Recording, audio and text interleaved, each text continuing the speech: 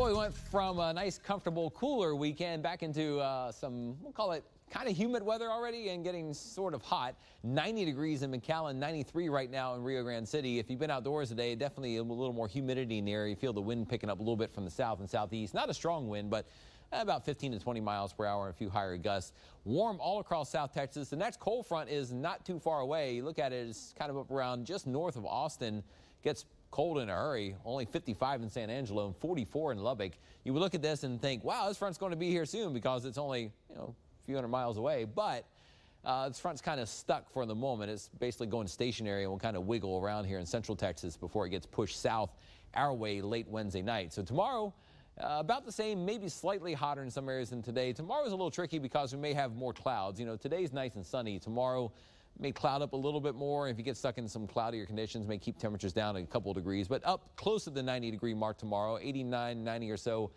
Southeasterly breeze around 10 to 20 miles per hour and highs in the 80s along the coast. So your day planner for on Tuesday, again, maybe clouds, could be some patchy fog briefly in the morning or late tonight. Once you get toward about say 4 or 5 in the morning towards sunrise, maybe a little bit of fog in spots if the winds die off in your area, but mainly dry weather through the morning hours at 8 a.m. There could be a sprinkle or two. During the daytime, only about a 20% chance of a light, brief shower. Nothing big tomorrow, but temperatures back up around 90 or so, depending on where you are, give or take a little bit. I think the upper valley locations in the low 90s, everyone else mainly in the upper 80s in the afternoon, but could be fairly hot, especially factoring the higher humidity. Feels a little stickier out there. Satellite radar shows sunshine out right now. There's some clouds and a couple showers way offshore, but with the moisture increasing, the humidity increasing overnight, that could kind of form some clouds in the area tonight.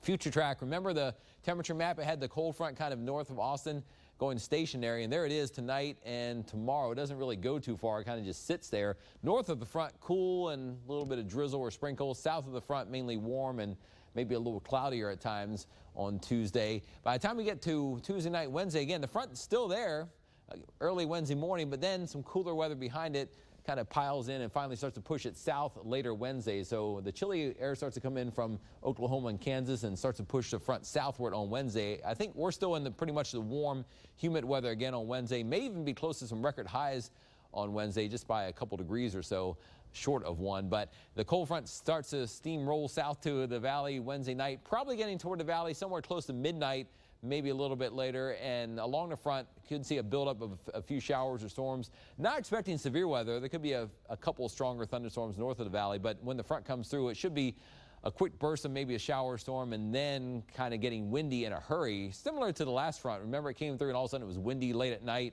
and we had some rain around. Once that front comes through, though, the chilly air comes in behind it pretty quickly. So when you wake up early on Halloween morning, probably already going to be in the 50s with some gusty winds, maybe around 40 miles per hour or more, and then we just kind of stay cool all day. But the good news is, if you look by the evening hours, I think any showers are out of here and it should be dry for trick-or-treating, but a bit on the windy side and cool side. Here we are with future track temperatures near 90 or so tomorrow, and then as we go through tomorrow evening and night, another warm, muggy night when it only gets down to about the mid-70s on Wednesday morning. Then still around 90 or hotter on Wednesday afternoon in many areas, and then here comes the front.